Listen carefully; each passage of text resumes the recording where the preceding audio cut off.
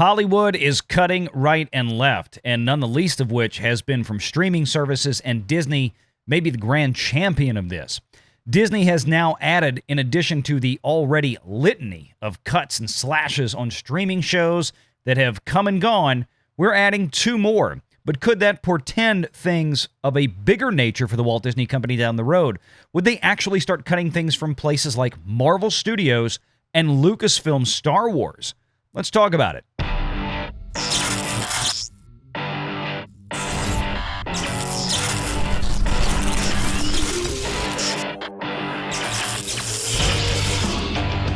Renegade Online.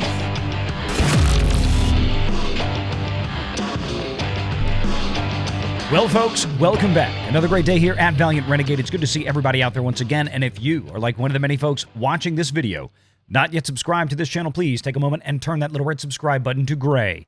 Hit that like button, hit that notification bell, share this sucker out on the social medias, and of course, please do leave a comment before you head out the door today. So 2 big stories from the past couple of days regarding 2 big series that were set to come to Disney Plus, and these were not cheap, low-rent shows. These were very high-budget or relatively high-budget shows. Maybe not approaching the $200 to $250 million or more that we see on many Marvel and Star Wars shows, but still very costly endeavors nonetheless. So what's going on here? Disney Plus is not going forward with Nautilus UK series, and then just a day later, Disney Plus is not moving ahead with the completed Spiderwick Chronicles series adaptation. So we wind up with quite the conundrum here, and this from the UK Daily Mail. Disney Plus has dropped 2 shows which were set for debut on the streaming giant in a bid to save cash even after filming was completed. Fans have expressed their disappointment that the live-action shows, the Spiderwick Chronicles and Nautilus, based on Jules Verne's 20,000 Leagues Under the Sea, will not be a part of the company's content in a move to cut costs. Now, certainly program cancellation, cost cutting, taking impairment charges, Disney doing things like write-downs and write-offs.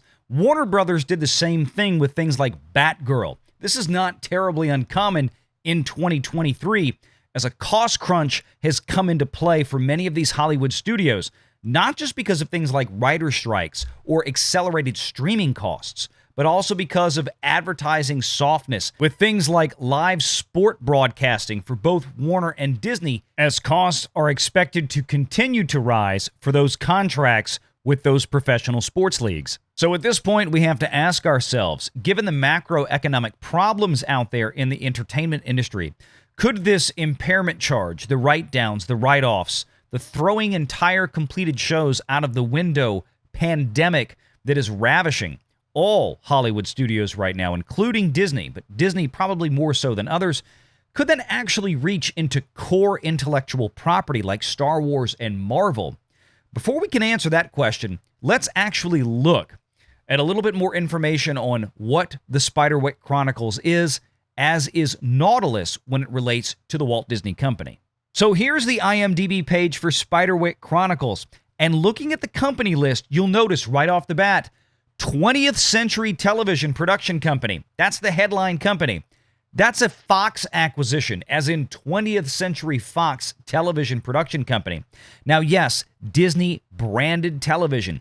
Disney Plus as a production company who is also going to act as a distributor if this show were to actually come to fruition. But you even have Paramount in there as a partner. And again, some of this may go back to the heydays of before Disney acquired Fox. This was probably something that was maybe in development at that point, but having it go through something like 20th Century Television is a bit of a telltale sign. How about Nautilus? The headline company for Nautilus, Moon River TV. 7 Stories Production, all 3 media. And yes, right there, Walt Disney Pictures as a production company. But look down here, Village Roadshow Film Studios, production offices and sound stages in Australia. Now, what's more important to note is the production of these 2 shows were not done in the US or even really in the UK.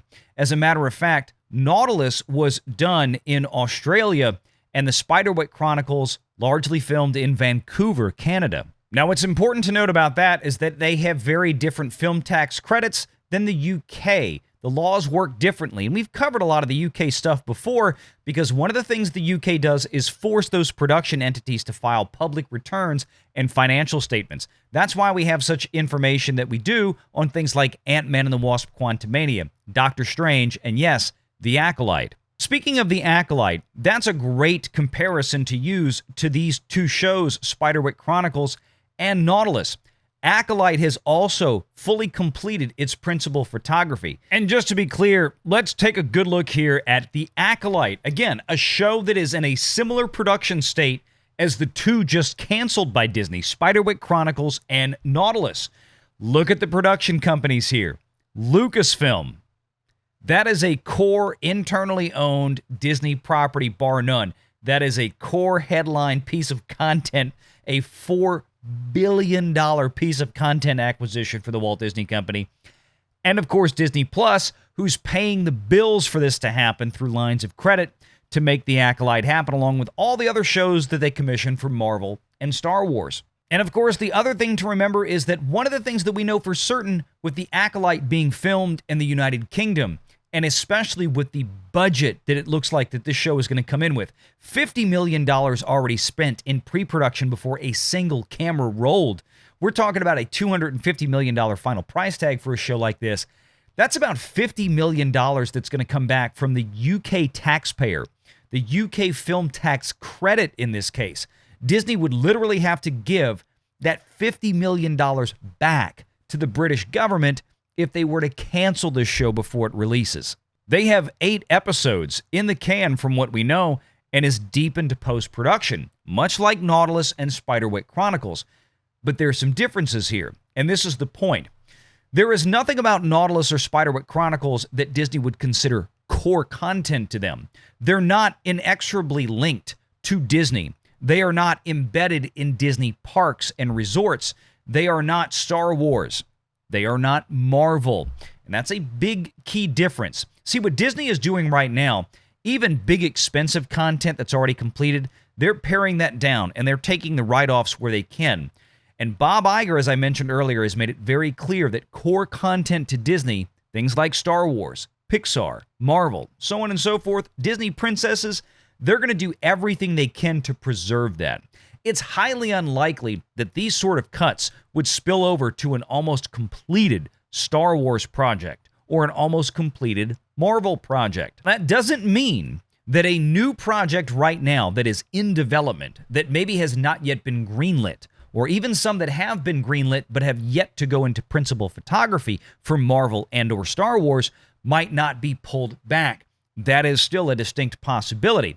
But something this deep in the weeds at this point for a Disney core content product is almost impossible to get rid of. This is not something they're going to do. And of course, Bob Iger didn't go out onto a Morgan Stanley conference a few months ago into a public venue and tell everybody, hey, that the Nautilus and Spiderwick are coming to Disney Plus on 2024. No, he said The Acolyte is. He volunteered that information. Star Wars is still very core.